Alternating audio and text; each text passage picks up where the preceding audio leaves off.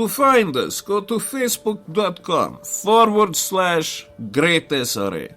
Also, you can subscribe to us at minds.com/same rules apply, all in one word.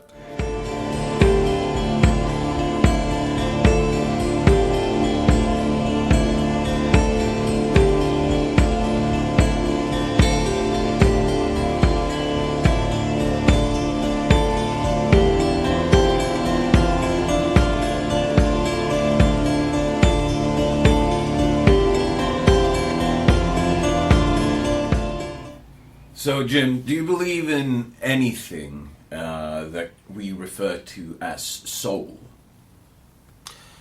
No. I believe that the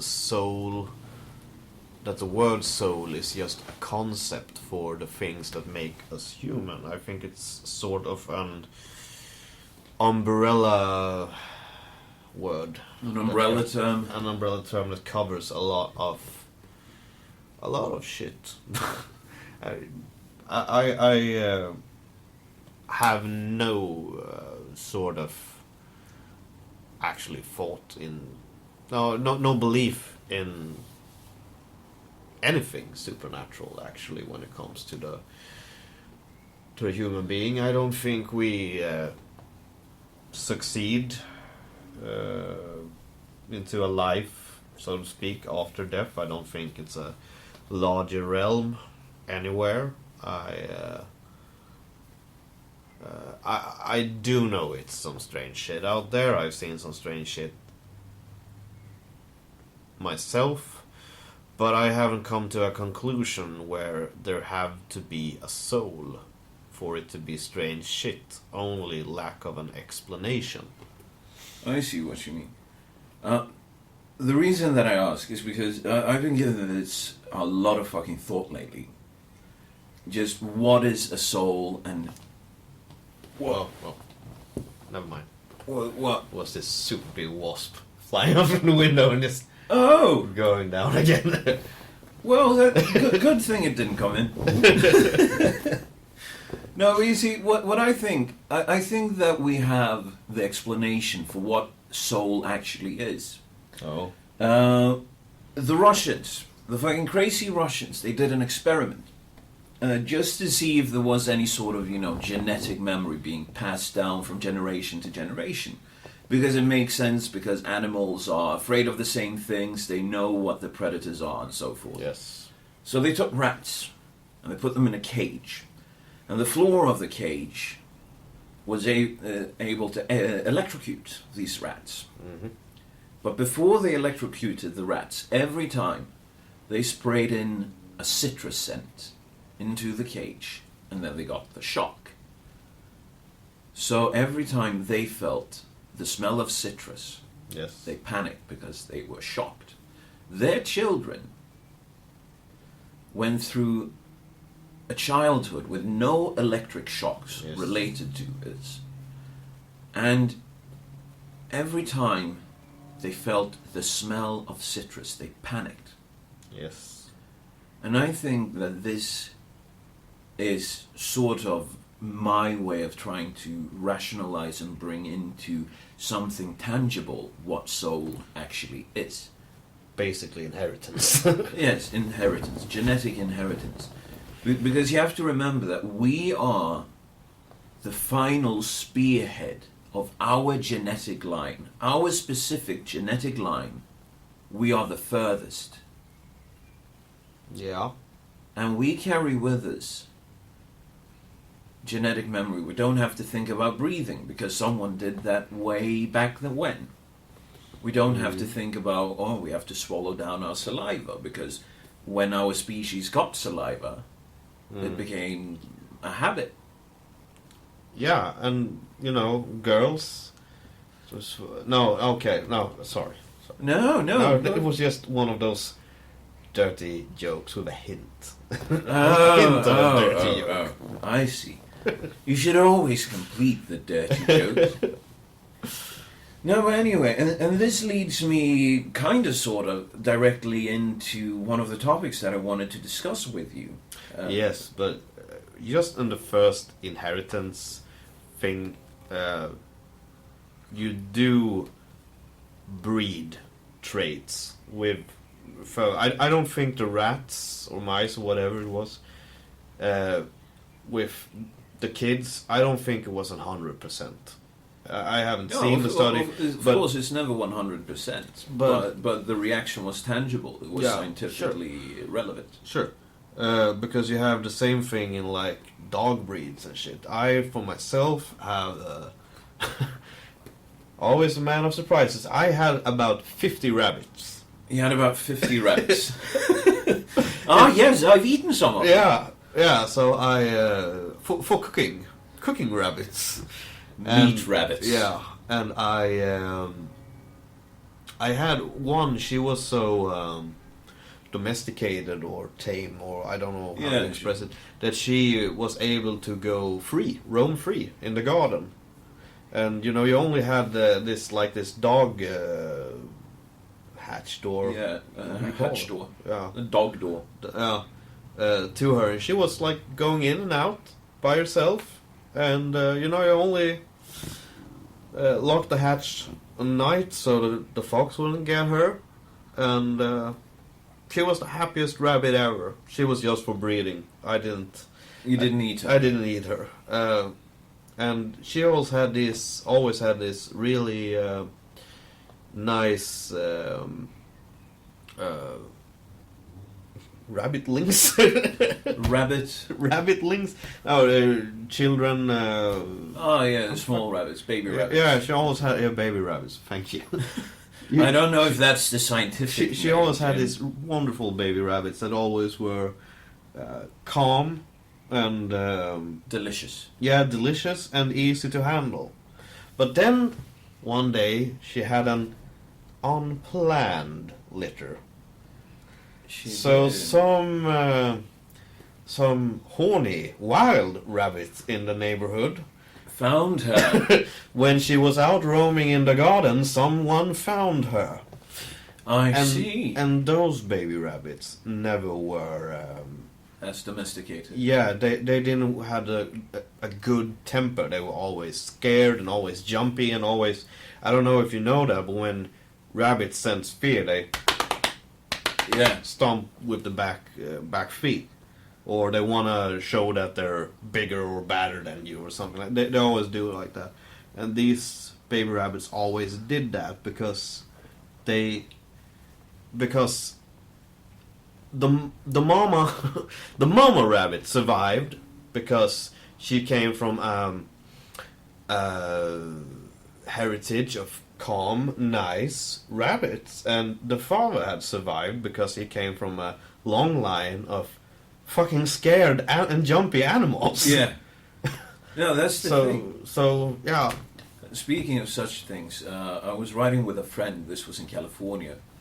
And as we were driving, I think there was a couple of mice that was running across the road. And she fucking was standing on the brakes, and she was like, "No, I cannot hit them." And I'm like, "You're a fucking idiot." She was like, "Why?" "Because you just helped the dumb part of this mice population survive. You will have litters running onto the fucking road." I know, I had that argument myself with an old girlfriend of mine. We were out driving, and it was this flock of like 10 fucking pigeons sitting by the road. Yeah. And I always used to joke with her because we had pigeons at the parking lot where we always parked beside our house. So I was always speeding up, when I saw a pigeon, and she was like, "Get him!" Well, he just became pissed. So when I saw this flock of 10 fat pigeons by the road, I sort of geared down and just put a pedal to the metal, and like 5 pigeons didn't move. They were like, in the last second, they flew up in the car. Boom, boom, boom, boom. They just flew feathers, and the fat pigeon carcasses were just flying everywhere. And she got so mad at me. And I was sort of surprised myself because I think, oh, scare some pigeons, that will be fun. Yeah. And she got super pissed and, started crying and was so angry at me. And I was like, I helped the Darwin way. I helped natural selection. I helped evolution. Damn you, woman. Yeah. No, but that's the thing. People might think that this is cruel, but by making this accident, thinking they would fly out of the way, because please tell me you thought they were going to Yeah, fly. I were. I was just going to fuck with my girlfriend, I was as surprised as her. Yeah.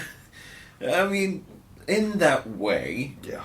you sort of got that experience to pass down your genetic line, and I do think the pigeon population got the memo as well. What was I thinking about when it came to that? You helped the Darwinian way. Yeah, I lost it. I lost the thought. But continue. If I remember it, I will bring it up. But this is the thing. I believe this can be perceived as soul. And humanity, to my knowledge, and to the best of my knowledge, everyone's knowledge, we are the only one that's able to do introspection. Yeah. We're basically evolution thinking about evolution. Exactly. It's so fucking weird that evolution has gone such a long way. Evolution is now basically evolved to inspect evolution. Yeah, we're just watching it and we're going, damn, we didn't know that. Did you hear? Original man evolved in Greece and fucking Romania or Bulgaria or some shit like that. I don't know about that. I read the headlines, but I always when I read headlines like that, I give it like 6 months before I read anything about it, because then everybody have sort of said their share. But this is on serious contention, because they have found a missing link between us and our and common ancestors with the chimps. So just my point along this: you waskangs, we are royalty. But I remember it was this. What the fuck was the name of that? The pit was it Scarborough Man or the Pitton Man or something like that? I'm not sure. It was in the beginning of the 20th century when they found the Heidelberger Man, which I don't remember if it turned out to be a Homo erectus or a Homo neanderthalis, Neanderthal. I don't remember that particularly, but when they found the Heidelberger Man, they did think it was a separate species, and it was found in Germany. The Englishmen couldn't have this, because the Englishmen were the top of the culture, the human culture. Of course, the human ape did evolve in Britain. Of course. So there was this man that dug up some skulls and did a pretty good job with manufacturing fossils, and made I think it was called like the Scarborough Man or the Picton Man or something like that. Yes, I remember And this it took one. like 50 years for them to find out about it. So people were out searching in the English countryside for more specimen of this human. So when it comes, that is something I've learned in my interest in like ufology and stuff like that. The fakers are always one step ahead. Yeah. So that is why I 6 months, this news has to cool down. Everybody has to say their share in it. Yeah, but this is pretty far gone now. Maybe. Which is actually very exciting, because it's about to overthrow, I think it is at least a generation of scientific knowledge about where humanity comes from. Oh, of course, because science is only... mainstream science is only as good as the biggest theory at the time. Exactly. And most of the times they get it right, of course. But well, they get it right until we can provide a better explanation. Yeah, but they also have made some big blunders. Yes, certainly. But I mean, I find this very funny, because if you think about it, And this is where I think that the concept of soul is what I say. Because where did the society, the culture that we have continued to evolve into, whatever this degeneracy is, but if the original man evolved on Greece, that would explain the Greek Empire. That would explain why they have the best thinkers Oh, but that of is that like age. you have to see this in a bigger spectrum, and the Greeks were pretty late going into the big field. You have to see the Sumerians and the Egyptians. Yeah, of course. Because, and you could argue, because of Greece and Romania, the sort of, I guess you say lot, you know, the tomten, marken, Yeah, the lot. Yeah, the lot wasn't ready. Because The soil wasn't ready yeah, for such seed. because of the Ice Age, and you have the Fertile Crescent in Iraq and Mesopotamia, and that is where agriculture and culture basically starts. By the way, I have to send you this Joe Rogan experience where Graham Hancock and Randy, whatever. So Graham Hancock been there a third time. Yes, with Michael Shermer this time, Right. debating, these Okay. things. Okay, It's Michael really Shermer exciting. is there. Skeptic magazine. Yeah, no, yeah, but he is. Isn't he like a doctor in Sumerian languages or something like that? Isn't that the guy that's been like nagging Sitchins to death? You got to speak. Yeah, but I'm Yeah. I'm doing these things with my hands while I'm thinking. Isn't that Michael Shermer? Isn't that the guy who like did the web page Sitchin is wrong? Or something like No, that was another guy. But I know who you're thinking about. I just don't remember his fucking name. Sitchinsiswrong.com, basically. So something stupid like that. It's fucking hilarious. But in this episode, they What speak. is fucking hilarious about it? Sitchins was a fucking madman. Yeah, well, I think it's fucking hilarious to read his theories. They're Yeah, just and his- so far out there. His translations. Yeah. But I have to put into this before when I'm checking the names. Isn't a soul, more of a personal thing, or is that sort of religion raping it? I mean, I do think that we have something that is called soul. And I think that it got its name through religion, but to explain the actual phenomenon of evolution, watching evolution happen, being aware of it. Okay.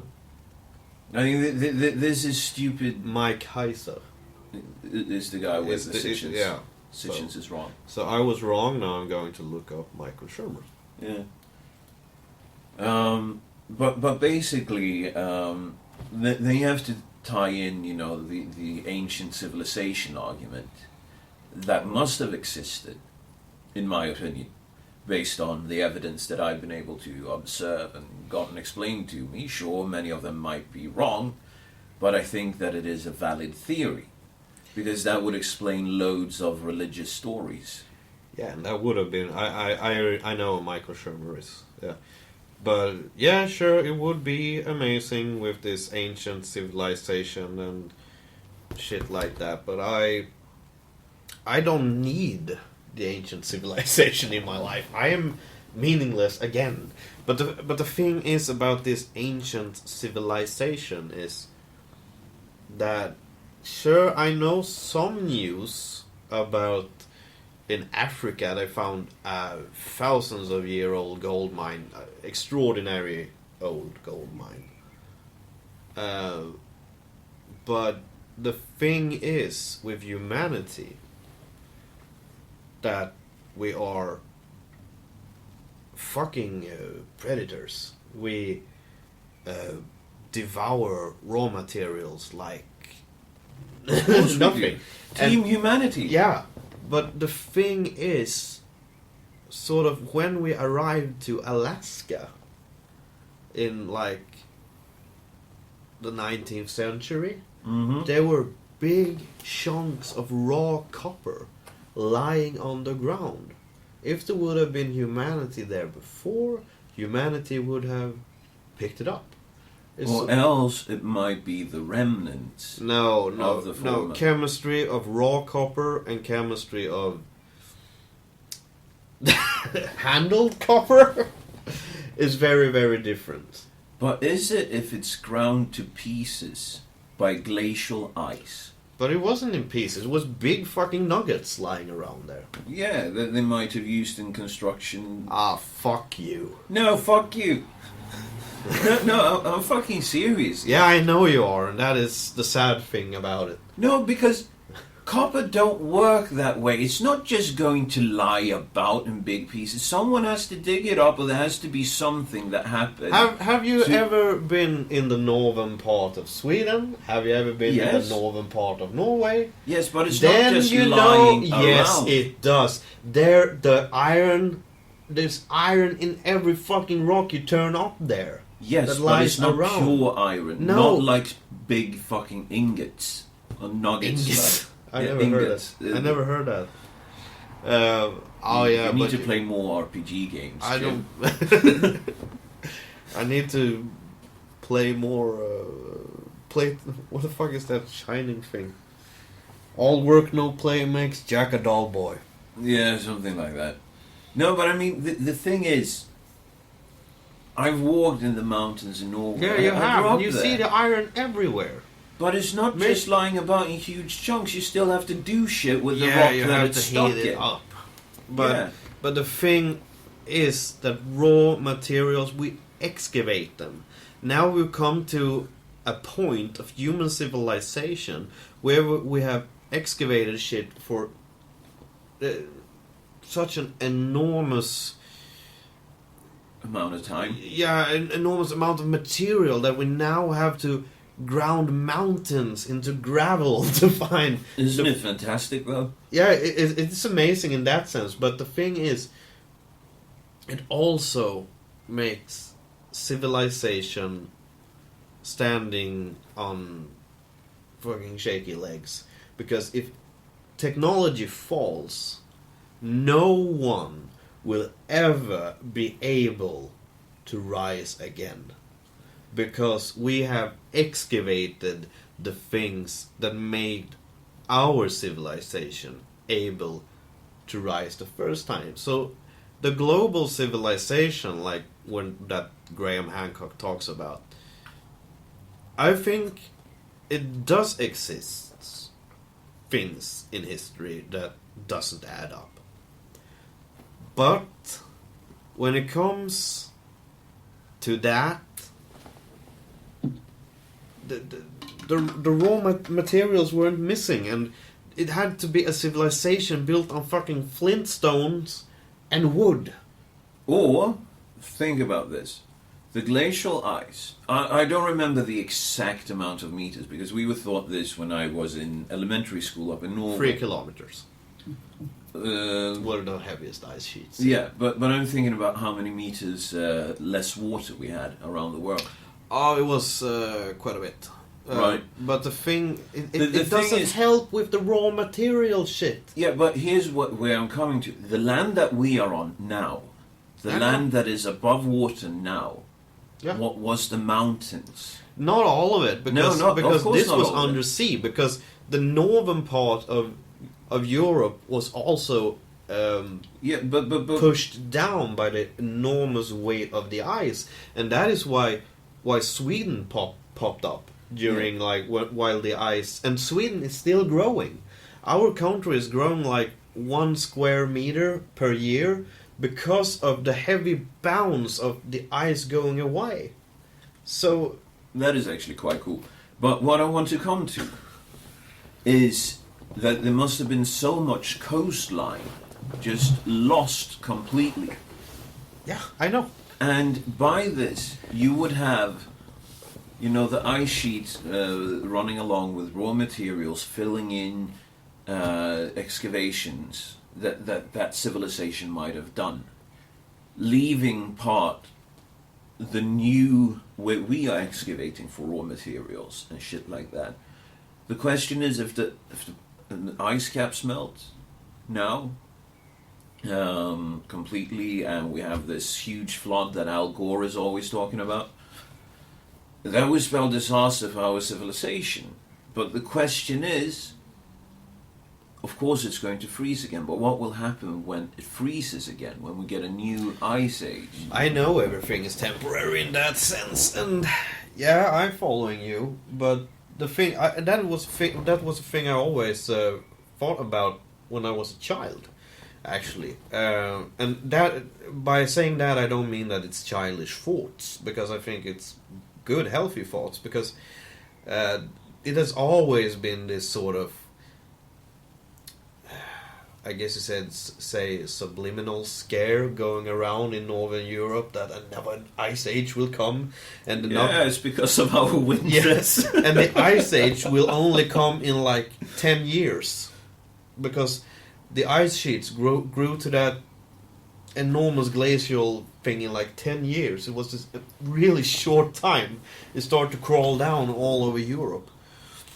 And I always sort of laid around fantasizing about how everything we made will be crushed under the heavy ice. I used to imagine the castles we build just turning to gravel under the enormous pushing and weight of the ice. And yes, I do understand that part, but for me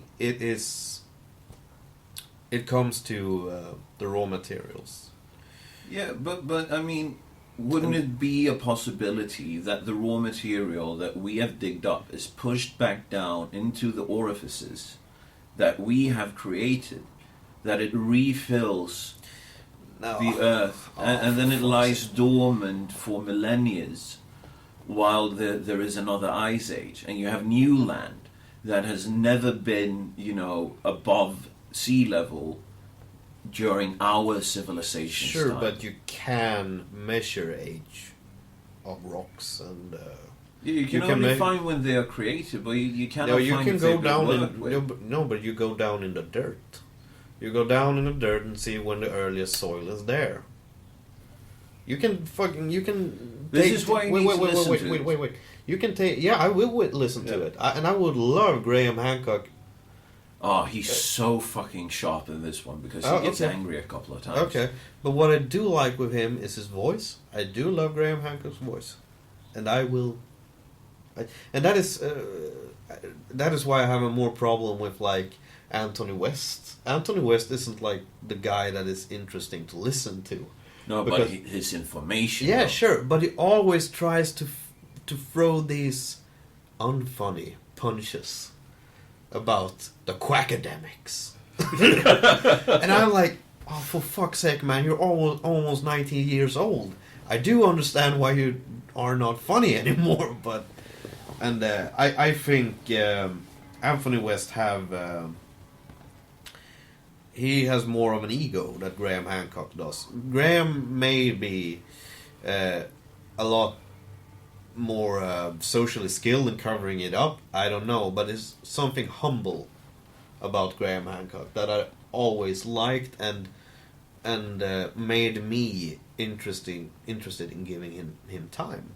And I do think that civilization in that sense is older because we can't measure everything. We can't know everything that happened. And maybe it was a traveling civilization. And maybe, as I've heard Graham pointing out, that we haven't dug deep enough in the right places. Maybe he is right. I don't know. And but I don't need it. He's been right about, lost citadels on the, west coast of India? Yes. I know that. Yeah, he was basically, yes, well, there should be some remnant of civilization hereabouts. And that is pretty cool. He is definitely worth his cannabis joints in that sense. Yes, he is so fucking brilliant. And the thing is, I'm fully aware that these things might be completely wrong. But when you look at, the mythology, we even have it in Swedish mythology. We have Ragnarök. We have Twilight of the gods. we have the Fimbul winter, Yes. the everlasting winter. Yes. All of these things must come from something. Yes, maybe because it was a lot of fucking snow and ice here, and when things froze over, the humans did starve. Maybe it was because of that. Yes. But yeah, it could be all. I believe in like, I believe that we have stories like the flood story that Graham also makes a big point about. You have this sort of global flood story. And yes, of course it have been brought down when the sea levels rose up, and they have brought the story forward, and it's always a small group of survivors. So yes, people died in the great flooding of the earth at the end of the Ice Age, sure, but civilization collapsing, sort of. imagine if all the coastal cities disappear. We are talking about the epicenters I of our civilization on the east coast and the west coast of the US. If that is flooded, you lose Silicon Valley, you lose New York. But you don't lose Austin, you don't lose Houston maybe, you don't lose the big northern cities. But if the web goes down on such a massive scale, because everything is so interconnected, Yeah, it's the same up here. If we lose that, and we also lose the intellectual elite, let us call them that are living there, that have created this fucking network of shit. But you have to remember that this is all technology's fault, that we aren't independent enough. If we only go back 150 years, or maybe just 100 years, people would have been more independent and would be able to survive such a sea rise because they were living more autonomous. The only thing the government did was snooping around and do the tax shit. Basically like now, but a bit milder. No, but no, not like now, because now we have all these nice charades going around. I love paying for the charades, watching the so-called healthcare and watching the so-called police and so-called everything, and especially the so-called military. Yeah, but here's the thing. Even if there is a sea rise and we lose the technology, there will be people with that specific sort of DNA that is practical, that isn't all woo-woo, isn't me, isn't you. Well, I don't know surely about you. You've raised animals for slaughter. Yeah. I think you're leading. I'm a mean man. Actually discussed that with a vegan the other day. Yeah, How did that go? It went well. She was like, "Oh man, you're like." She had bunnies for pets, and I was like, "Yeah," and I had like 50 rabbits, and she was, "Oh, you did breeding? Yeah, meat rabbits." And she was, "You did what?"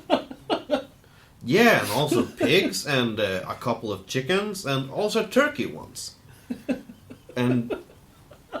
And she had these big blue eyes that were like widening up, and until she like went a couple of seconds, and she was like, if you're supposed to eat meat, I guess that is the way you do it, right? Yeah.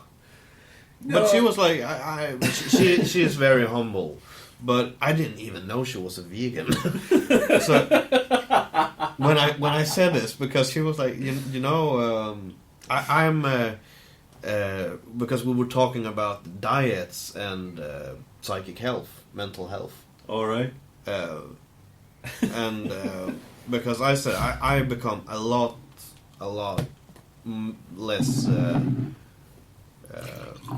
sad when I started to eat meat again, because I've been a vegetarian. I tried that shit out because you heard shit like you were going to feel better when you don't eat meat. Yeah. So I tried it out for like 2 years, and I remember the weeks when I started eating meat again, and I was like, I have power in my hands. wow, I can squeeze things, you know? And that is actually true. That is not bullshit because I want to take a meat eater's argument. That is not bullshit at all, because I felt like maybe I was just such a bad vegetarian. I don't think that, but... No, but the thing is, if you're a vegetarian, you need to lead a very specific kind of life. Yeah, but she was like, I feel a lot healthier when I'm a vegan and shit like that, and I'm more, yeah, if it works as a placebo for you, good. But she has like a lot of anxieties and panic attacks and shit like that, and I actually told her that in meat you find magnesium and zinc that are very, very good at fighting your stress hormones. And she didn't know about that, but she was like, well, you can eat substitutes, or whatever you call substitutes.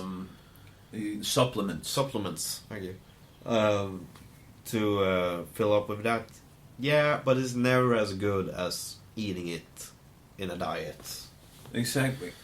No, but the thing is, people like that are going to die when the Fimble winter. winter. Yeah, yeah. When the Fimble winter comes again. Götterdämmerung.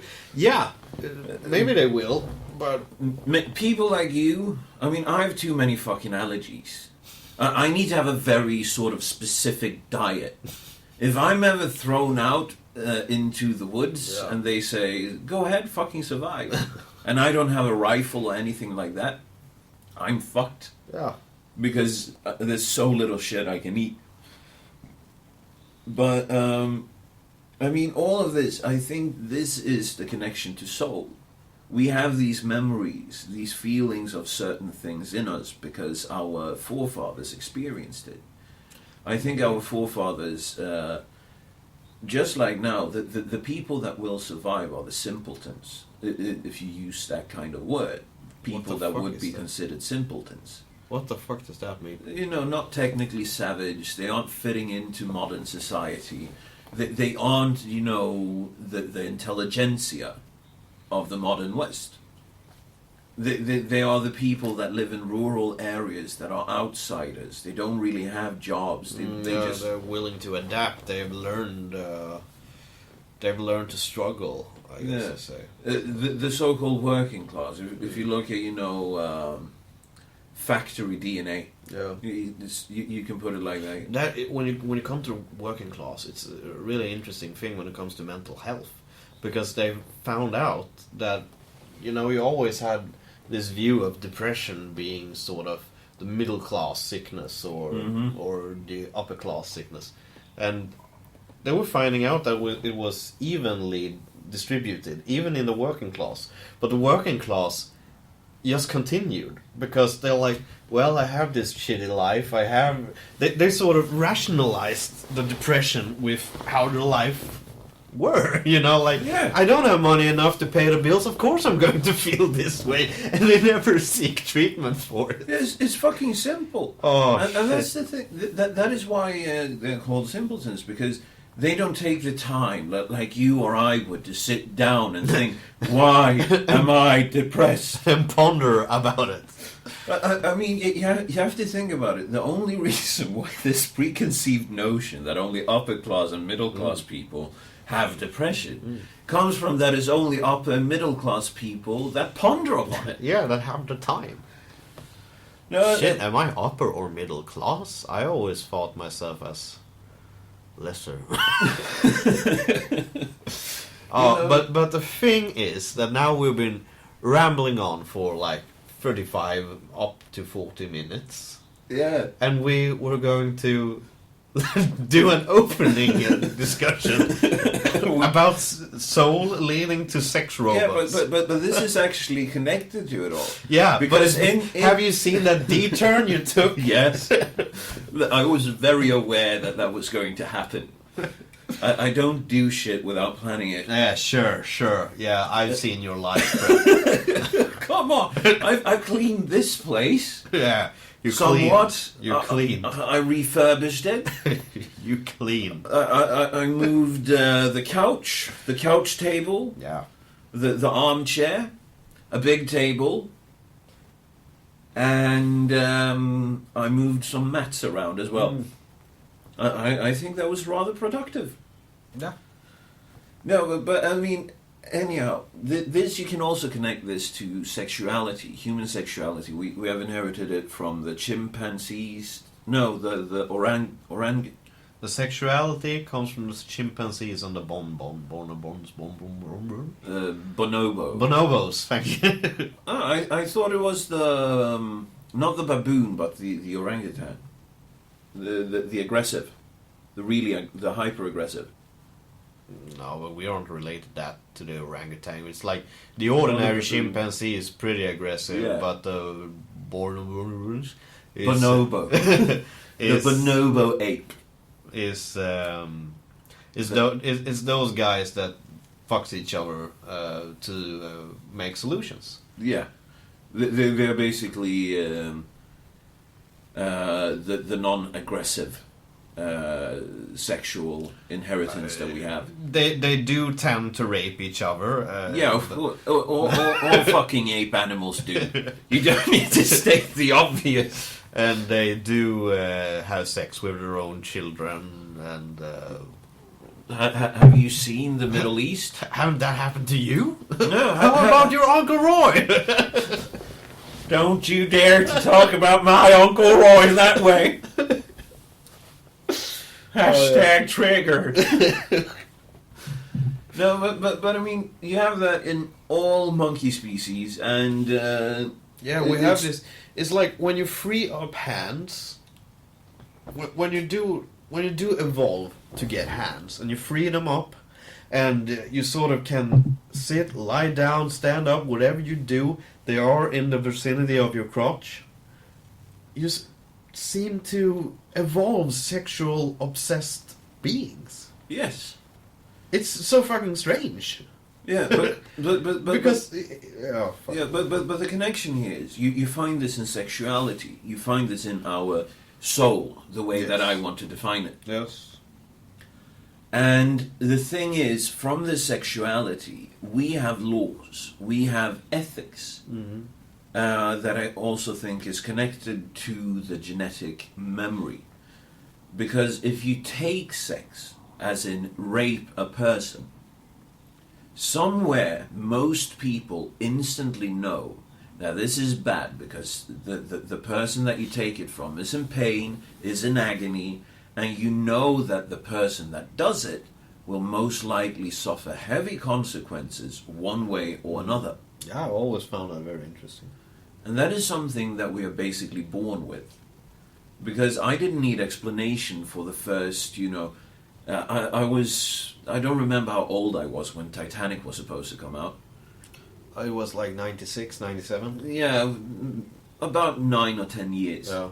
I'd never discussed the concept of rape. But when Titanic came, they aired this miniseries about Titanic, and there was a rape scene, and I remember that I was very traumatized by it. So that is in us. But the thing is, when you see the expression of a face, you're programmed. Exactly. To know. They've actually done tests with this by letting children growing up, on during the time when shit like this was legal to do. They've done tests with kids trying to implicate different facial expressions, but like the facial expression of pain, sadness, it comes with nature. Yeah. You don't. You don't need to learn it. Yeah, exactly. It's not a meme, it's a gene. Yeah. And in this genetic heritage that we have, the female is the one choosing, especially nowadays. But the female is always the one choosing in every species. Yes. Actually. Every higher sort of not like fish and shit like that reproduce with larvae and eggs, and not those kinds of species. When you come to the like mammals, you have basically two. You have the two sorts of reproductions. You have the tournaments species that competes Yeah. for the sex with a female, and the female chooses the victor.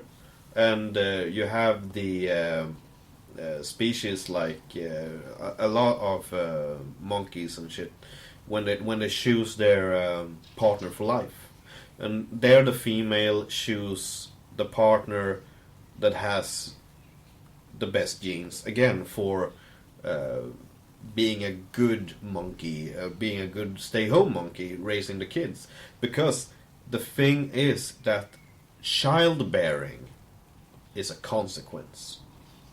It's not, if you view childbearing and getting a child as a consequence of it, becomes a lot clearer why the female is the one choosing. Because if she chooses to have sex with you, she also can have the consequence of getting your children. Yes. And that is why she is more picky. She doesn't know in modern society why she is more picky and why men are going to stick their dick in everything, so to speak, because men are evolved to do that. Because men can only, they're like, okay, spread my genes everywhere because my genes are the greatest. Yeah, and we are also basically somewhat a competing society when it comes to the sex. And this is why when you come to that, because when you, and this comes also into the spectrum of self-knowledge, or how you speak, because men always rate themselves some points higher than they look. Yeah. In tests like that. It's because men has to do that. Men has to be better. They do have to have this confidence in themselves, because to be able to procreate. And the thing is with the human species that we're not sort of say jousting, tornadoing species, and we're anymore. not. Wait a minute, and we are not the species that has lifelong partners, chooses the best qualities. We actually are a species that are sort of in between. Mm-hmm. And the thing is that every woman is in between, because they've actually done big studies, thousands, if not a million people, women people. Women folk. Women people have done studies when they have looked at men's faces during the menstrual cycles, and I don't remember how the more aggressive the face, the closer to actual peak fertility the woman was. I think it was something like that. Yeah. And it doesn't go high range to only butch guys in every woman, and it don't go to the softie that make you blueberry muffins and cuddle your cute little toes. Ugh. But somewhere in between, every woman has this, that she is attracted to different kinds of men during her menstrual cycle. And so you can see that even that shit puts us in between. So basically, if you want to impress a girl, you need to show her these pictures around a menstrual cycle, just to find out for when you can start flirting with her and get an emotional connection. Yeah. I think this is the trick. I found the perfect trick on how to find yourself a mate. But this is also where the concept of sex robots comes into the picture. Sex robots will be heated. The synthetic material that they use to recreate the vajayjay, yes, and the body at large, is apparently scaringly close to real feeling. I don't know about you, but I never tried out a fleshlight. I haven't either, but I really do want to try. Yeah, okay. But I never tried out like blow up dolls or anything like that. So I have a hard time imagining how it would be. No, but the thing is, what you have to take this in perspective to is where we are in society In today. technology. Because technology is providing the answer to why the fuck do I have to put up with ladies being this shitty, because most guys are not like you. Most guys are like me. The people that we find that we want to connect with don't really have an interest at that time, or else the timing is just completely fucked up because you're going separate ways in lives, in your lives, and continents away even sometimes. But the people that want to connect with you are always shitty people when you tell them no. Yeah. Nobody likes to be turned down. Exactly. Because is my genes not good enough? People always rambles around about love and shit like that, but I think it comes down to procreation. It comes down to genetics. I don't believe in love in that sense, because I think love is our way of sniffing to a partner that would be good for our gene bank, and after that, I think the whole love thing is just a social construct. I think love is a social construct. It's more rationalization. It's a way to put words on what we have instinctually when it comes to choosing a partner. Yeah, but it's... That is why you have cologne. Because you send out a message by putting on a certain form of cologne, because people actually pick their partners. You can know by the scent, the personal scent of another person. If that feels bad to you, that is your genes screaming out, trying to reach you, trying to tell you, this is not for you. Yeah, but this is actually funny. I had an instance of that the other day when I met a female friend down, on the town square, or what do you say? And I hugged her, and she smelled like one of my girlfriends from junior high. Ago. Junior high was smelling, and I actually got a flashback almost from the smells, and she wore some sort of perfume like that, and I got instantly connected and wanted to talk about Stuff. Teenage shit. It occurred to me because it hasn't happened like that before, and I don't know why I noticed it particularly this time, but fuck, let's talk about teenage stuff. I got all of these emotions, and so yeah, cologne. Yeah. We do remember smell a lot more than I do think we. And is used to cover up. I mean, if you look at it really far out, you use it to cover up your genetic weaknesses. Yeah, you sure do, because that is something I always enjoyed speculating. No, it's not speculating. You say that? Yeah, it's speculating about how a real human smells. Because we had this when I went to high school. We had this guy in our class that we called tear gas. Ah, yeah. Because he smelled awful. Really, he had this weird fucking body odor, and he was a bit slow. He wasn't the sharpest tool in the box, and we always got him to do this most weird shit. And what the fuck was my point with this? Smells. Yeah, but I had a different point with it. But how it reminds you, how it turns you back, covering up genetic weaknesses. Yeah, because you have these people that just have this horrendous stench. Yeah.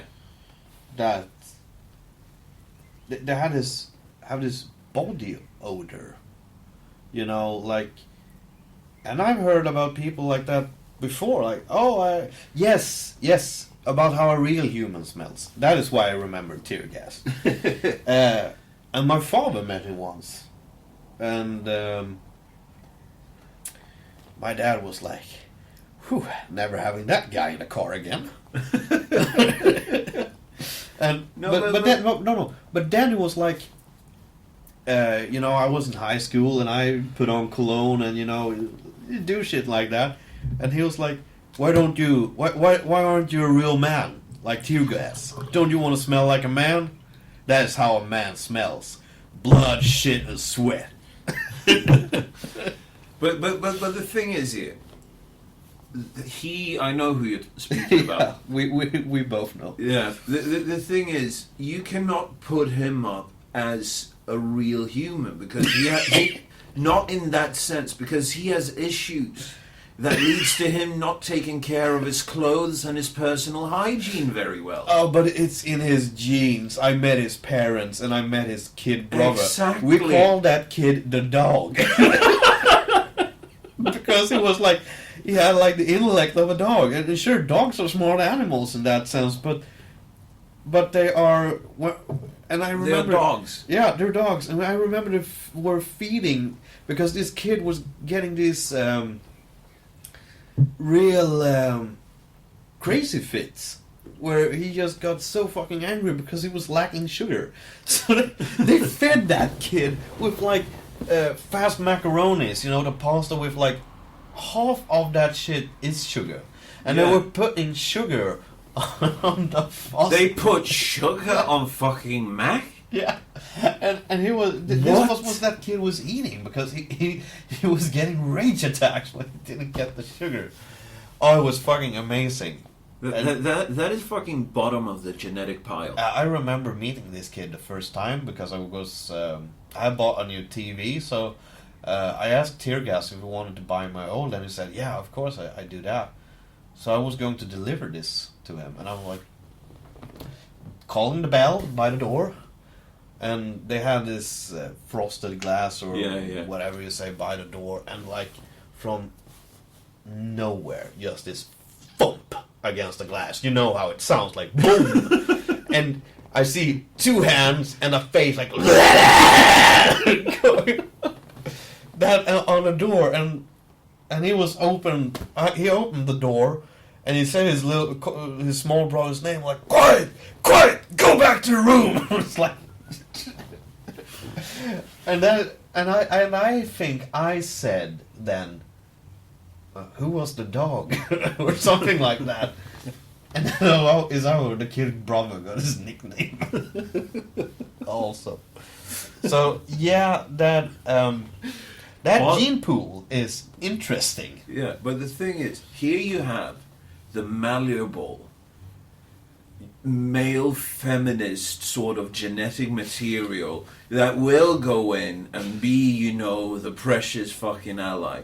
But what happens when he realizes, I can buy a sex doll for about $20,000 that will last me for 5 years? Or I could go through all of this shit, finding women who are picking through the bottom of the fucking scrap heap, trying to find someone to procreate at the end of their genetic clock. Yeah, because women can be really horrendous when it comes to this. Because I was spending time with a guy. We were getting to know each other, and I'm just gonna get my smokes. He met this female, and she was like a bit too on him, I guess you say. She was a bit too curious. So when a woman is like throwing themselves into your life, you start to get, whoa, I don't think you should do the rumpy-pumpy here. I don't know if she's on the pill or something like that. I think you should do... Don't be silly, wrap your belly. Surprise, surprise. 6 months later, she was pregnant, and she hadn't been going on the pills. No, she just wanted someone to have a baby with. She knew this, and she didn't tell the guy. Yeah. No, and that's What the thing. fuck is that? No, that is end of your genetic clock desperation. Yeah. But what happens when this guy has his dream girl Yeah. Showing up. in his closet that feels Okay. real, that is heated, that will cost him a lot less than picking through the scrapyard of the women that are desperate enough to want him? What happens when he realizes, I will save money by buying this sex doll? All of a sudden, the entire sexual market is changed. And this is why feminists are trying to paint sex doll, you using a sex doll, as some sort of rape. Because they realize that they will lose all of their bargaining power. Does this say that it's rape? Yes. I shit you not. There are articles out on several of these, extreme feminist Like publications. BuzzFeed or like I don't Huffington remember. Post, I or- think it was Salon that had Okay, it the first, okay. and I've seen it in several more places. She cannot consent, But yeah, but she doesn't have emotions. She isn't alive, you know. and this is where it connects to soul, which was why I started on that. Because you can continue that, but most countries, I guess, it's legal to have sex with an animal Yeah. if the animal is not suffering. I don't remember how the Swedish jurisdiction is right now, but It used to be that way. yeah, but I think it's totally legal now. But earlier it was like, yeah, you can have sex with animals if you don't make the animal suffer in a psychological way or a physical way. How the fuck do I ask the hen if the hen likes to being masturbated on? You can't. But the thing But- is, when it comes to feminism and loving the weird sexualities, we both seen the video about the girl talking about having sex with the family dog. Yes. Yeah.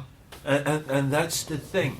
Feminists are now realizing that they, as in the extreme feminist, the bottom of the fucking trash pile on the sexual market, because that is where most of them are. You have to keep that in mind as well. They are losing all of their bargaining power if sex robots are just let loose on the market. Of course you lose a bit of your bargain power because They specifically will lose all. Because they probably know that they are obnoxious. Because you can't have a relationship with anybody if you're not willing to work together. Exactly. As long as you want to be obnoxious and take over control of the relationships because you're getting triggered or whatever, people will leave.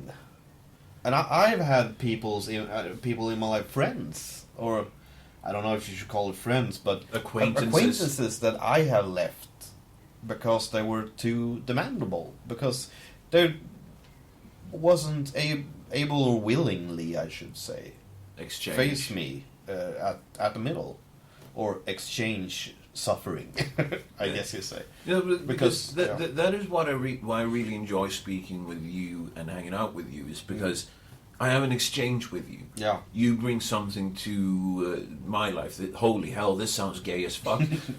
No homo. Actually, me and my girlfriend was having this discussion in the car earlier today, where I was.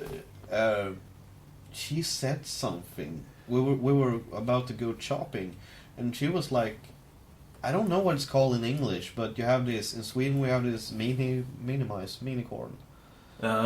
Baby corn. Yeah, is it called baby corn? I don't know. And- Asian. Yeah, whatever. I don't basically fucking know. Oh, but I basically called. I said, "Oh, but you are my baby corn," just for like, I do shit like that because she gets she blushes when I say shit like that because she as she said, she looked into my eyes.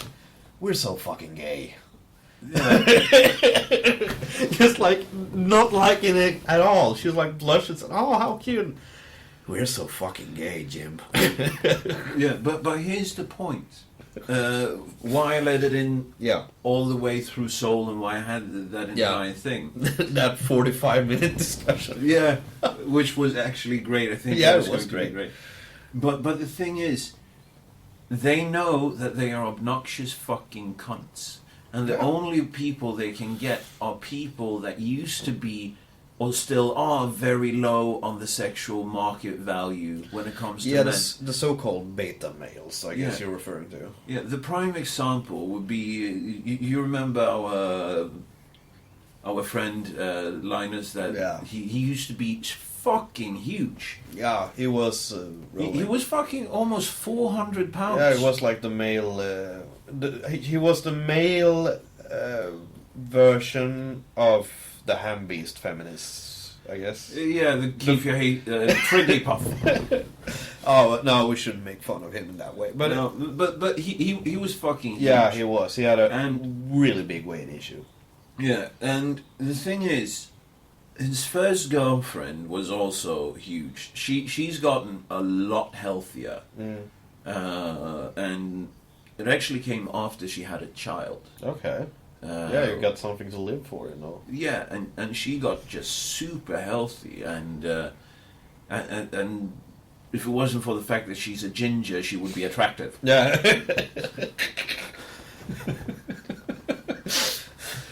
Yeah, but, a human can smell itself to soul. Yeah, but his second girlfriend, he had her just when he got his gastric bypass. Yeah, so he got a gastric bypass and he just fucking lost half of his fucking weight. So he had a girlfriend. She feels terrible to talk shit, but I'm doing this for the sake of the conversation. It's not to talk shit. And I'm not naming any surnames. If he ever hears this, he'll know exactly who it is. And I don't really give a fuck. But the thing was, she was not that pretty. She was not that good of a person, even. Then... No, but personality can really bring looks down. Mm-hmm. No, and then he came back down here.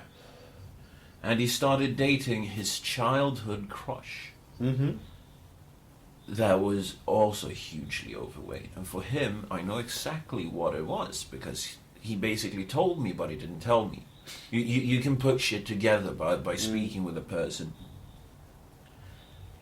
And his only dog in that game was that it made him feel the way he felt when he was young and he had a crush on her. Mm. He knew that he was way out of her league. Mm-hmm. And then she and her then best friend came to an agreement that they were going to share him for one night. Yeah. So they had a threesome. And I remember, because this was the beginning of the end for them. Because he told me, he was like, I feel so fucking empty. I had a threesome yesterday. I should be over the fucking moon. But I feel empty. And I was like, yeah, is it because one of the parts you don't have any actual feelings for? Mm. You are just sticking to it because of your childhood dream. Yeah. Then he started dating her best friend.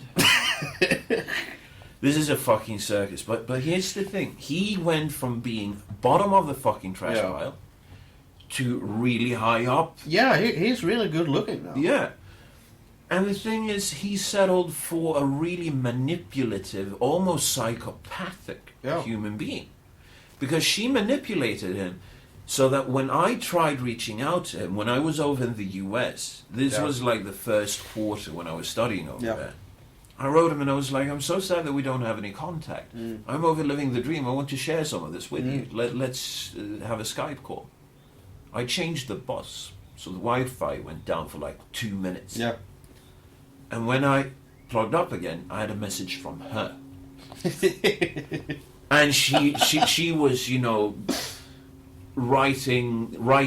at me. Yeah. And I was like, she's spoken. She has his fucking Facebook login. Yeah. And she's screening what is going through that. Or else he is just so fucking cocked that he just handed it over to her. Look what he's writing. Oh, no, but they're married, yeah. No, wife, they were engaged. weren't they Lars. married? I don't think they're married yet. Because I remember we talking about some feminists getting married, but yeah, sure. Might have been another one. Because feminism and marriage. Yeah, no, it's funny, but basically, if he had a sex doll, he could have been, like, yeah, I know that this is real, but this feels real. She's a fucking psychopath. Yeah, but I know what you mean. He could have fucked the doll and Got it out of the system. and had the dream look, everything that turns him on. You can customize Yeah, these. of course. If you want Megan Fox, you can have Megan Fox. Yeah. It's fucking brilliant. Megan Foxhole. But the thing is, all of a sudden, Yeah. you take the sexual power away from women. Because all of a sudden, women will have to do all of the heavy lifting to get the guys. And this is why radical fucking feminists are scared shitless of sex robots. Because it's going to change humanity in ways. Yeah, I have two thoughts here, actually. The first thing is, I remember this talking with my girlfriend, like earlier, when we started dating. And she never been part of the oppressed movement, because she is... She's a good person. Yeah, she works, for being accepted, or I don't know what you say. She has a heavy temper.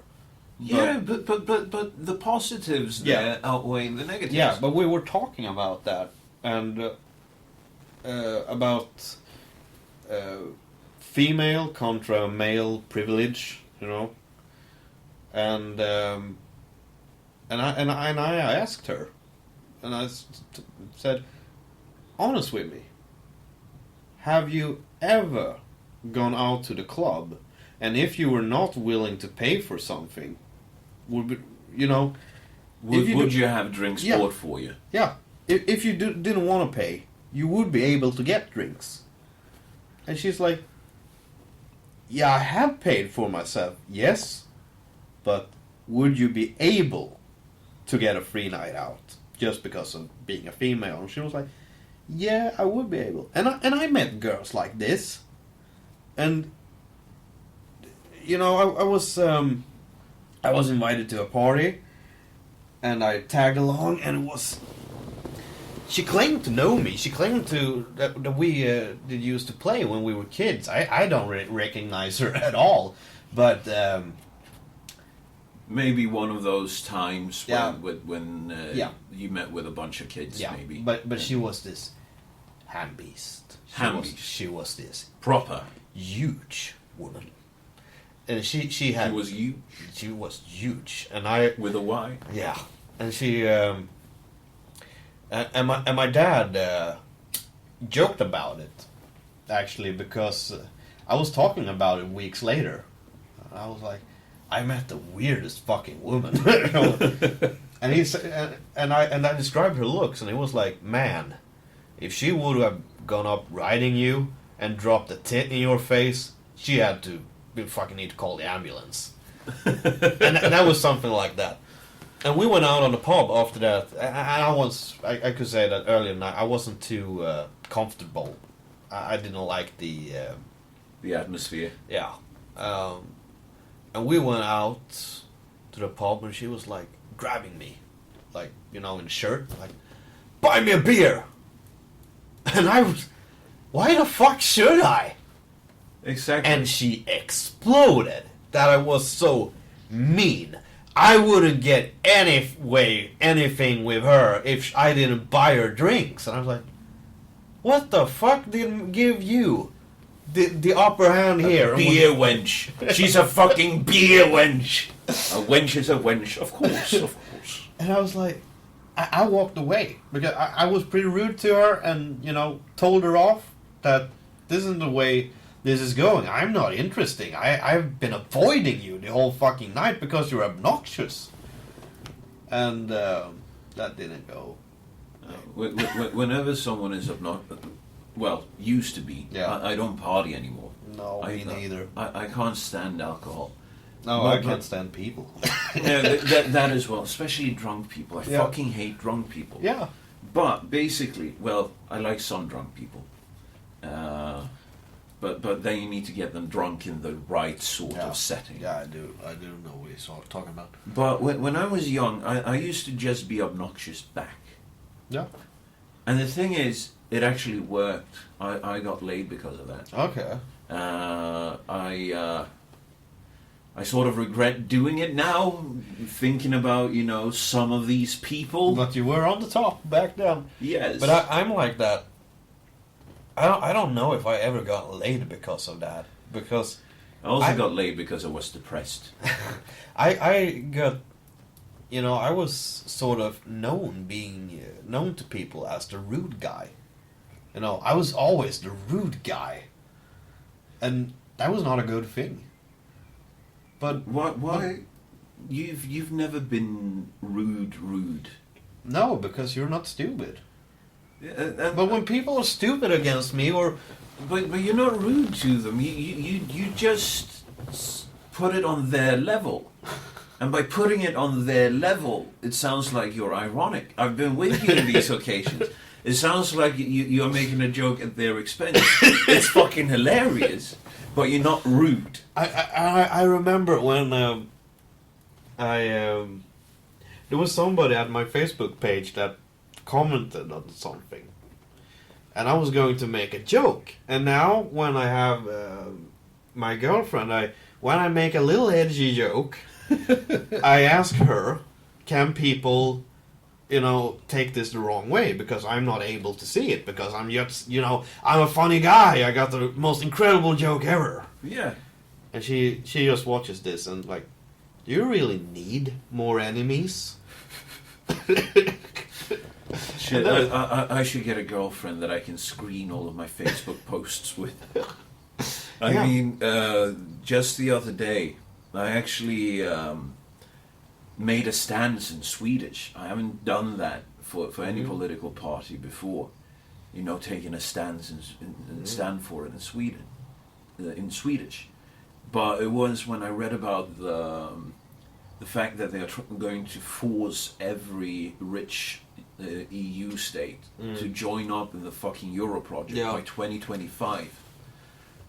I just put out on my Facebook, there is only one option, because there is only one party that is against the EU, and that is the Sweden Democrats. So I've basically given my hand. I would vote for them anyway, but I sort of had to show my hand in Swedish and tell people why. And actually a bunch of leftists have contacted me and been like, you have a fucking serious point. I fucking hate you. Yeah. I'm considering voting for them. Yeah, because that's the thing also, because you had the left party in Sweden was against the EU. And during the time they were against the EU, they got like 10-12% in the elections. They were really rating high. Exactly. Now when they've dropped it, they're like 5 or 6%. I think that they will stay in parliament by the skin of their teeth. Yeah, they will, because they have a lot of older voters. And the thing is also that their party leader is like the regular Joe. He worked at a car factory, Yeah, but he's losing touch. Maybe he's lost touch. They do. They do. Like when they sit under a throne of the party for enough time, they do lose their touch.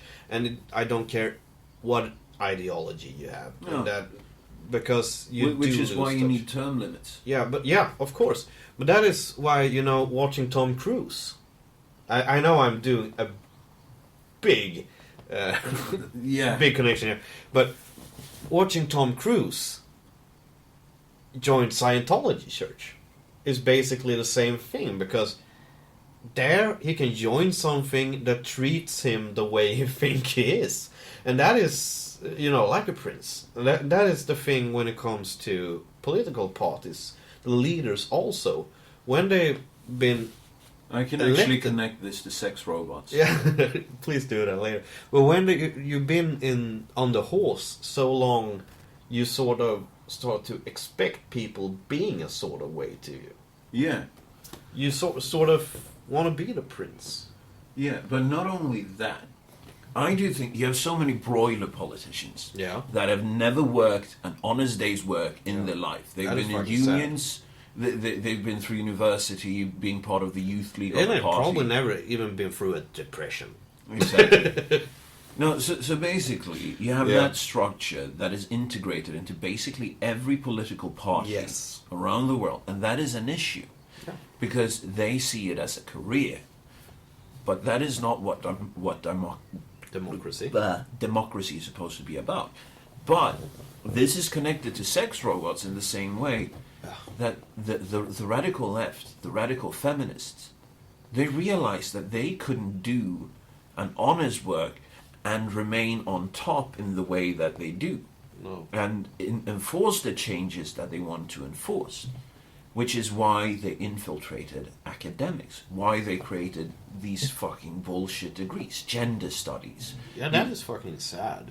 Yeah. How it turned out that way. Because most politicians have been through university. And most politicians, and I'm speaking of the 7 mainstream parties in Sweden, not the Sweden Democrats. The Sweden Democrats will get there, just not yet. But the 7 parties, they all come from the same school of thought, which has been taken over by neo-Marxists and radical left-wings and radical feminists, especially here in Sweden. I don't care really about that, because my sort of beef, my bone to pick with them is that they go through university. You don't learn shit in university. You learn things by the books. You read law. Yes, you do read the laws. You learn the laws, but I'm sorry to say this, you don't learn reality. Exactly. And I'm not again. I have a huge admiration for people that put in their 6 years becoming a doctor. Yeah. But I'm sorry to say it, if I'm going to hang out with a guy in the evening, I do hang out with a regular Joe. I don't want to hang out with a doctor. Yeah, because I've seen the transformation of my sister. She's like, was this girl coming from a small rural town.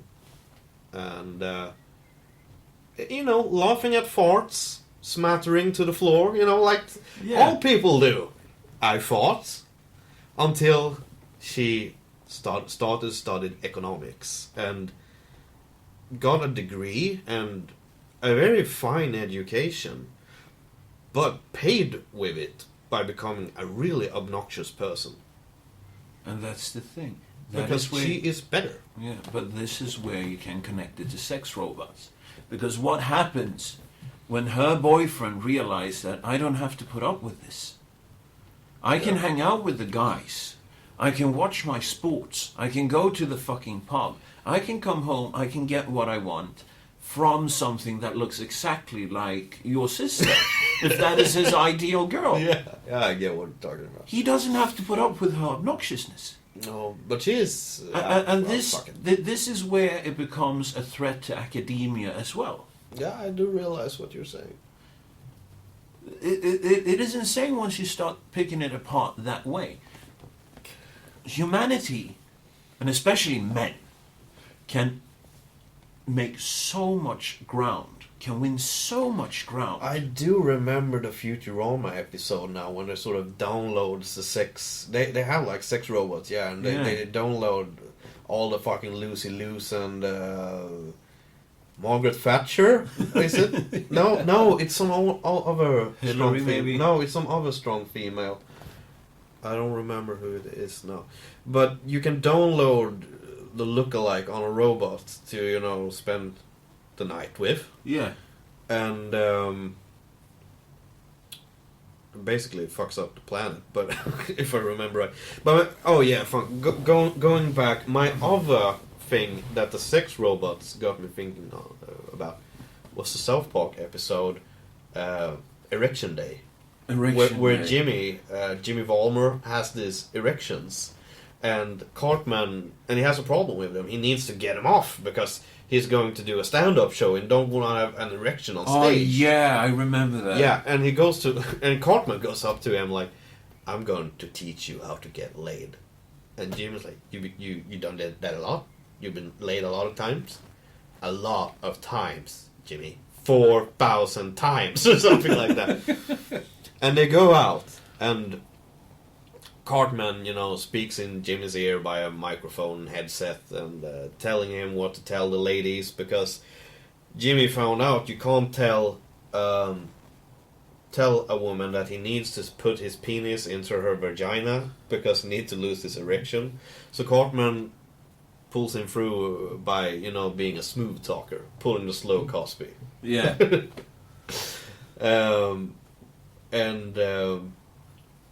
He actually manages that for a long time until he asks the girl if he would be able to have sex with her, and she is like 10 years old, and she's like, fuck no! But later in the episode, he gets a hooker. Jimmy pays for a hooker. And like takes her to dinner, talk to her, and like, wow, that's very interesting. Pulling the bullshit. And she tells him that, no, you can just fuck me. You don't need to put up with my bullshit. You're just... And that is the thing. That is the fucking thing when it comes to... Sex robots have the possibility to completely free up the great thinkers. I know what it is now. Sex robots are stigmatized. Sex robot users are stigmatized in today's society. They are not accepted in today's society, like mentally ill or the stigmatized blacks. That is the thing. Feminists, please, you're stigmatizing sex toy use, whatever. You stigmatize someone. Yeah, but the thing is... That is not part of the norm. Yeah, but the thing is, just the possibilities of this alone. Yeah, I get it. Imagine, because as a man, you can wait until you're fucking 50. You can have a child by that, and you can see your child move out of the house by you being 70. You can take your pick of the ladies that looks the best towards the end of their biological circle. Talking about sex, I actually always found it weird that I don't find it weird that girls have tendency to seek older males, because when you seek an older male, you also seek better genetics. He's older, he's healthier, he's healthy, he has good genes to put through. But you have a serious lacking of the 20-year-old girls that are looking for 70-year or even 90-year-old healthy males. Because wouldn't they have, the best genetics to get? Both yes and no. This is for the fun of it. Yeah. You don't need to take it serious. but taking it seriously, that's where you have gold-digging whores. Anna Nicole Smith. I have no worries with Anna Nicole Smith. No, she's in the grave. Yeah, I have no worries with her having been a gold-digging whore. Because she had sex with that guy. Yeah, she did. And he fucking paid her. Yeah. Out the fucking ass. And she made a man happy in the late years, the autumn of his life. Yeah, and she sacrificed a good part of her life to be with him. Yeah. I mean, she's worth every single cent for that. Of course, you cannot show up at a party and be like, yeah, I'm a trophy wife. I found myself this... well, I don't know. Maybe it works that way in, all-girls pubs and all-girls gyms. I have no idea. I don't know either, actually. But I mean, that is the thing. You can wait for that once sex robots becomes something that is really available. Yeah. You will have your pick as a man. Because there will always be women coming towards the end of their biological clock for when they can have kids. And you can just have your pick. Yeah. As a 50-year-old. You will be getting late 20s, early 30s. They will be throwing themselves at your feet. And you just have to find one that is not genetic trash. Yeah.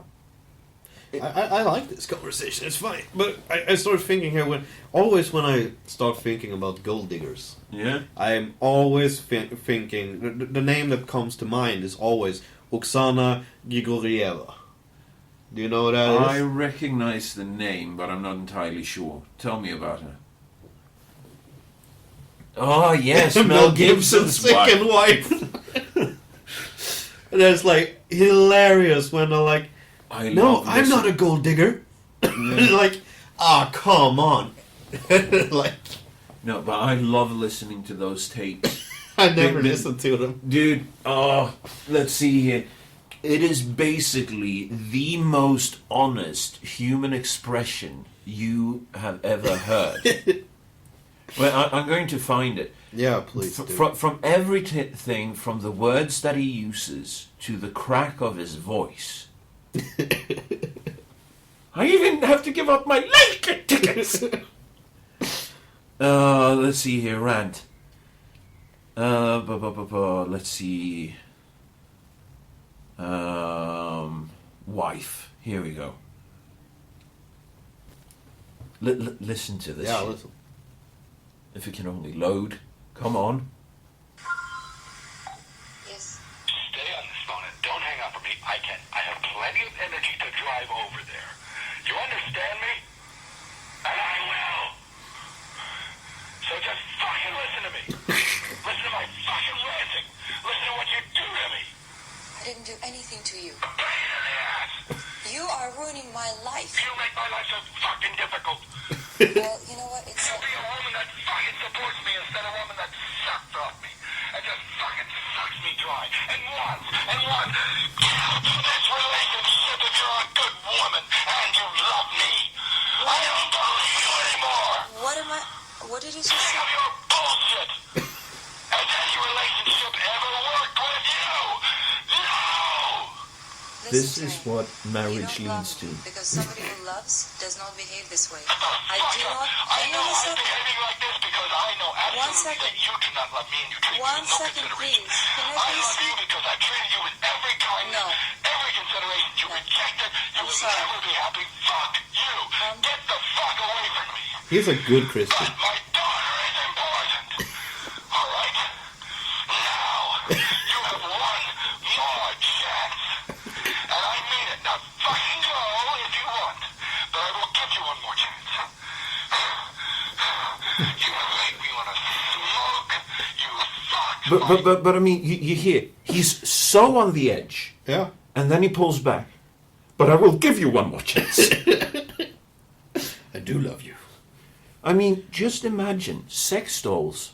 He would never have had to be in that situation. Because he would have been at a point where he could write such prenups. Think about the prenuptials that you can have a desperate lady sign Yeah. when she's at the end of her biological clock. You will be able to keep everything. You can put that in the prenup. If she chooses to divorce you, or if you choose to divorce her, you can put it in the prenup Yeah. that you will get custody. Yeah. You can do shit like that. Yeah. Mr. Gibson fucked up pretty good there. Yeah, he should have gotten himself a prototype Pamela Anderson in the Baywatch I've years just kind of seen doll. how she looks these days. Oh, it's tragic. She, She was the dream of every 90s kid.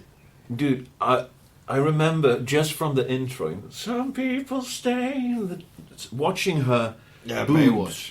just gopping up. I Yeah. had my first erection to her. I didn't know what it was, but something in my boy pants was getting I hot. remember that actually when it came to like the first porno movies you downloaded. I downloaded a fucking Pam and Tommy tape. It's like you did. Yeah. I didn't want to see that because I had this picture in my head when I started watching porn that I didn't want to ruin by watching her and Tommy, because that would sort of destroy the purity. I had this Madonna and the whore complex okay. about her, but she was my first erection. You remember that? Yes. I remember. I don't remember in that sense, but I remember finding my dad's porno stash, and I do remember a strange sensation inside of me. And here we go with the biological shit again. Yeah. I didn't know what I saw. I was like 8 years old, finding German porno movies. Ah, scheiße. Ja. Scheiße. Ja. Ja, Something mein like, ja. something like that. And I do still remember like this heavy staunched man with Sort of like your stash. no heavier and Heavier. and a side comb like that, and lying with a ginger in bed, and they called some sort of sex phone line, and she with sexual tips, and she asked him, what they said, and he's looking to her with a cocky, eyes, and like, erst du sollst suchen meinen Schwanz, like you should begin with sucking my cock. And I remember that particular scene because that bedroom looked so fucking alike my neighbor's bedroom. So I had to go up and, double check. Like, is this the bedroom? Because when you're a child, everything is so much closer to you. You don't realize that this was down in München or whatever. Yeah, no, but... I remember the strange sensation in my gut that I don't know what I'm seeing, but I like what I'm seeing. Yeah. I want to see more. I want to see the bush. Yeah, but the thing here that you also have to keep in mind, imagine if you were able to get like a fleshlight while you were going through puberty. Yeah. Imagine how much more focused you would have been in junior high school, in high school. Yeah, and I remember talking about that when I was like 15 or 16 at the time. I was 15. I don't think I went to high school yet. But I remember talking about that why is porn illegal to the age that needs it the most? I do know It's today, about subjugation. yeah, but it's about child laws and stuff like that. But that is also about subjugation. But because if you are this, not this allowed... is during the time where you had a 5.56k modem. Yeah. This isn't the time you were able to watch porn on the internet. No, you were able to download pictures. Yeah, at but most. you still needed to get the VHS tapes, the DVDs. Yeah. Today's kids, fuck you. Yeah. No, but they will never know the struggle. But I mean, just imagine what potential we could unleash by just making sure that boys going through puberty isn't at the point of chopping off their hand just to be able to get laid. Because that is a thing. I remember when I was a kid, when I was, like 13, 14, 15, when I had it the worst, Yeah. I shit you not, I was willing to chop off a hand just to get laid. Yeah, you were willing to do anything. And the shit is, sure, you're not responsible or anything. You can talk about that. But most of the girls don't want to be sexually active in that age. Exactly. That's its domination. That is nothing else. Yeah, but the thing is, having, unisex schools in that way and not providing boys with that outlet makes certain that progressing through your pubescent years, it will get gradually worse all the way through high school unless you get a girlfriend. If you're socially awkward like I was, you have to rely on people being drunk and wanting to fix you up because you're depressed. It's actually quite tragic when I think back at it. I love being 20 plus because I remember like 13, 14 years old. I was masturbating like 5 or 6 times a day. Yeah. That is like... Did you ever get a chafed dick? Yeah. The small sores you get. And before you discovered lotion? Yeah.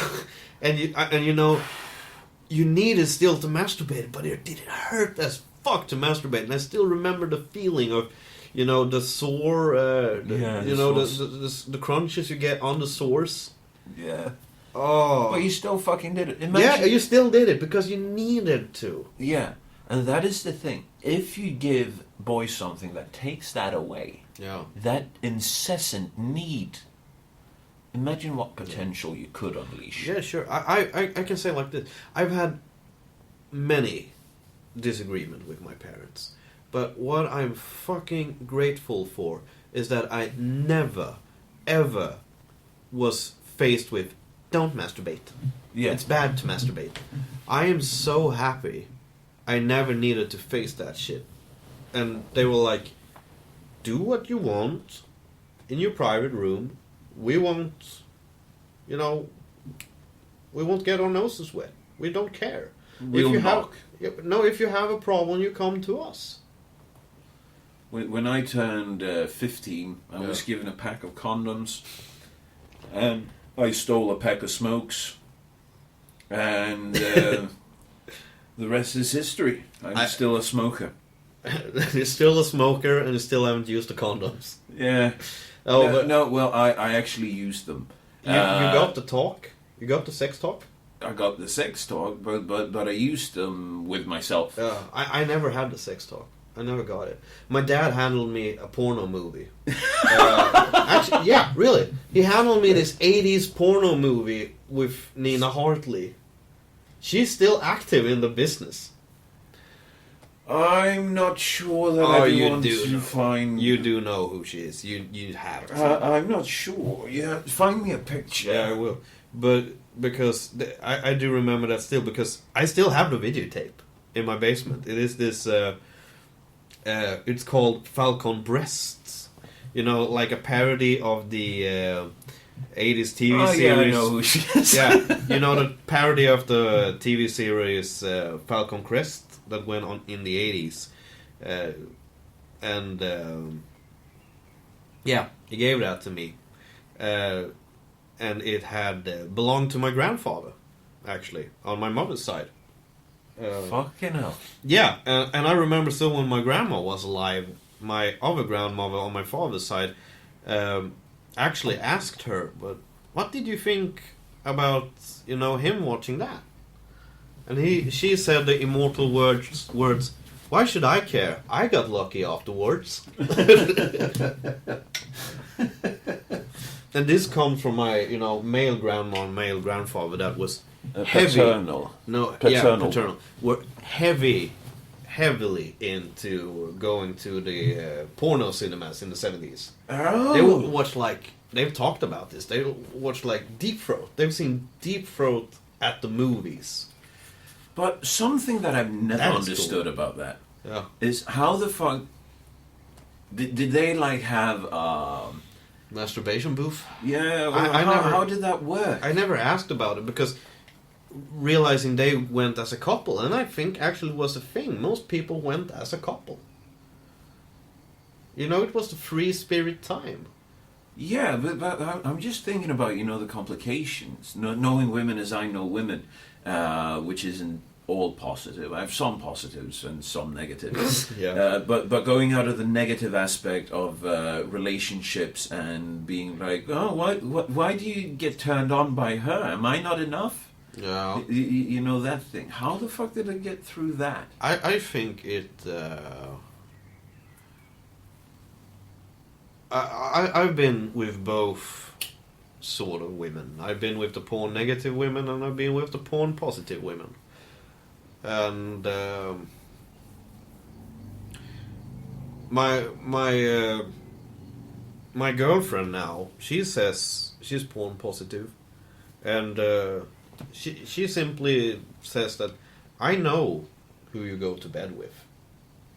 I don't care what you're turned on to. I know who's getting it.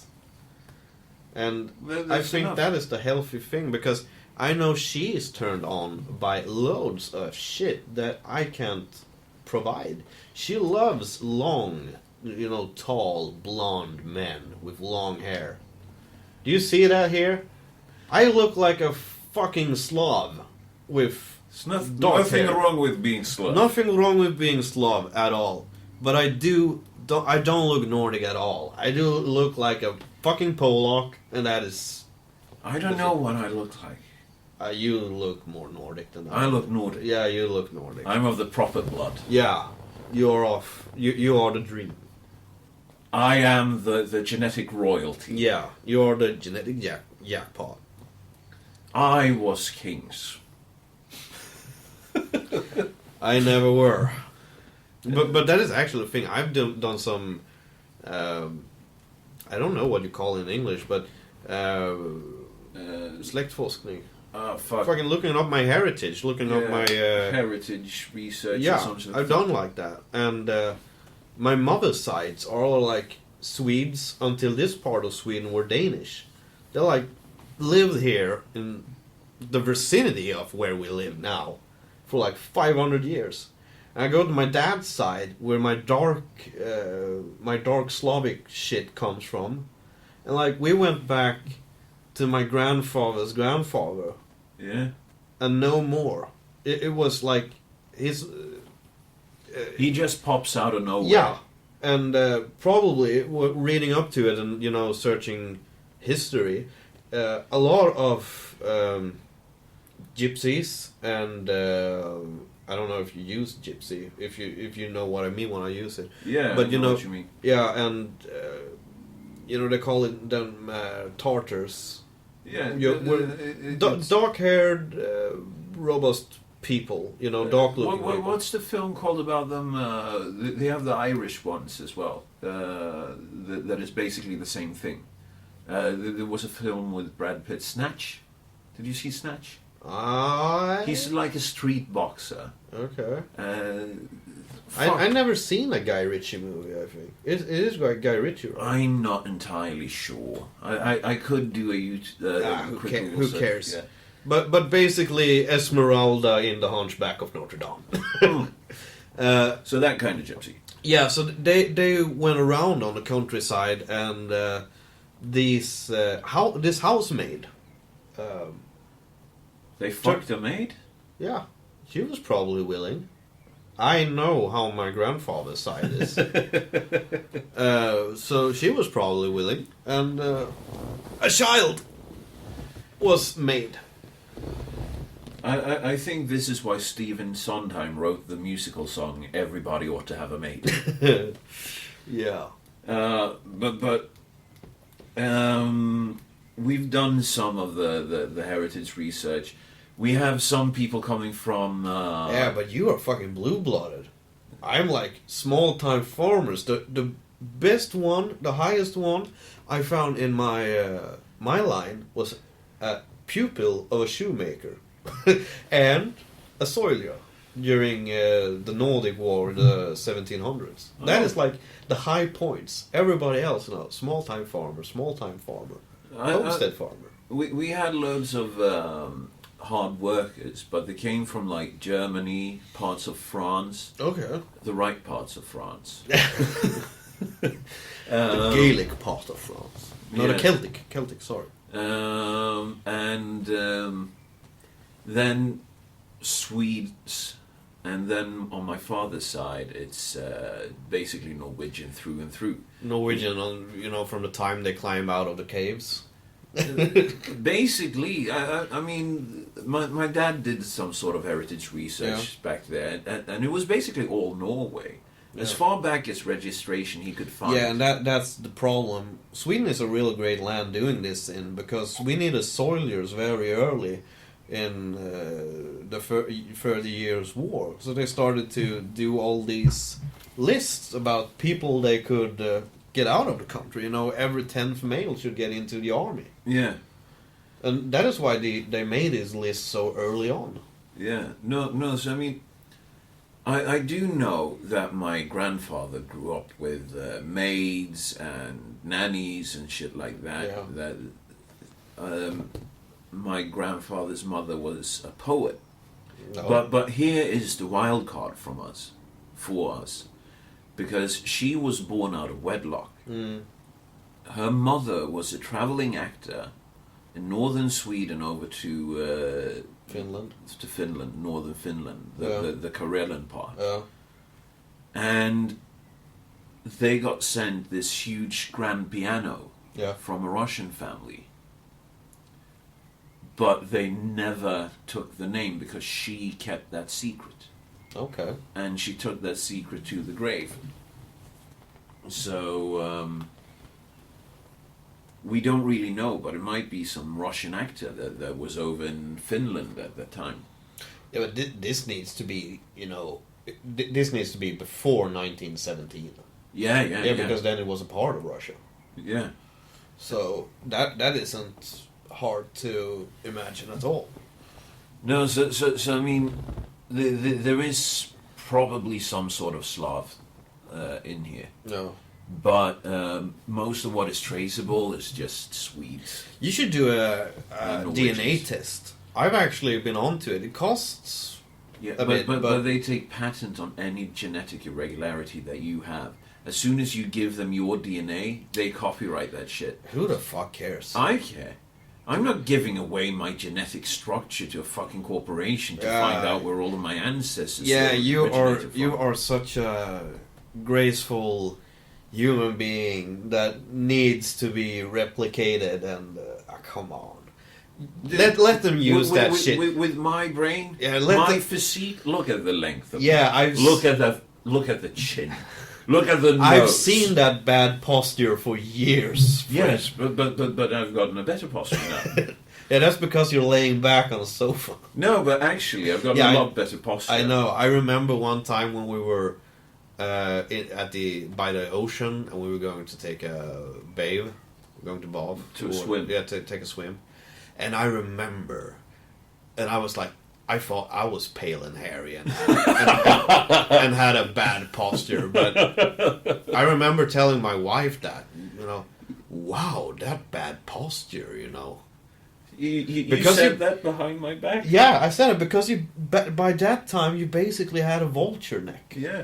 I'm glad for you that you have, you know, straightened up, because you were marching yourself into heavy back problems. Yeah, and that's the thing. It took that is why I think that many schools, especially elementary schools, should have someone trained in the Alexander technique of movement and posture and everything like that. Maybe that, and don't give them fucking computers. They give them Yeah. like computers when they're 7 and 8 years old in It's schools fucking today. moronic. How the fuck do you sit by a computer? You sit hunched over. Yeah. It's stupid. They shouldn't have that. No. They should do as much as possible in a good, you know, healthy posture. Oh. Holy fucking hell, we've gone off. Yeah, I don't think it's even a point of discussion the other No, things with. it's really not. But I mean, if you think about it, I'm actually a good genetic specimen. You are? Yeah. Apart from all of the allergies and weak knees, Yeah. I mean, when it comes to, you know, Mental health and... I actually got You that got is- better. I'm not better, but you know, Asperger, that light part of autism. You is don't know if you have that. No, yet. but that is what they suspect. Yeah, It makes they it a lot of suspected sense. that shit in me too, and they suspected everything. Yeah, but they did. But this. I am Russian. I'm just Slav. They can't handle the Slav in Sweden, yes. But they gave me a preliminary diagnosis of it. Yeah, but you shouldn't trust that. No, Wait but- until you got... Yeah, but I mean, it makes sense. Going through my childhood, being very sensitive to certain shit, it makes a lot of Yeah, sense. but it makes a sense to me too, because I have this shit that I hear every sound on equal volume. Yeah. Shit. I can't separate sounds. Everything comes at me like a wall. At once, you lack the focus filter. Yeah. Same with me. And they've said Asperger and shit to me too, but okay, it would be good to get some handling tools, maybe, but it is just a personality, Yeah, no, but and I like to be inside. I like to don't go to the supermarket. Yeah, me too. But I mean, it's just something that, for me, it makes loads of sense. You know, just going through. There are question marks that was cleared up. Yeah. but by just going through it that way, which has made me a bit more harmonic. Have you watched Vogg's comment on autism? No, I haven't. It's really great. Do that. Yeah, I disagree with that guy a lot. I think it's fascinating in many times, but watch his video on autism. It's very... It gives a good... It speaks to me because I have sort of the same thing about autism surviving in the gene pool because of that people with Asperger and ADHD are good hunters. They react to small shit. I know that. I can just see, you know, my girlfriend and me when we were out walking today. I was able to catch a snake, you know, by hearing it crawling. She was just marching through. And that is not the first time. Because I was like, there's an animal here, moving. You know, I sense that. Yeah, you hear it. Yeah. Same she with know. me. I sleep really light. When I was over in the US, I lived sort of in the living room. Yeah. So every time my roommate came home, Yeah. he walked through where I slept. Yeah. And every single time that happened, Yeah. I sat up. I woke up. Didn't matter when my sleep cycle I was. And same whenever I'm walking, I always find those things. Yeah. So Yeah, because you pay attention in another way that normal people don't. Yeah. Kind of does. And that is why actually I think also you're a good character reader. You're a good. What the fuck do you say? Hagamos. You're good at mimicry. yeah. You're good at taking in a personality and then mimicking it back.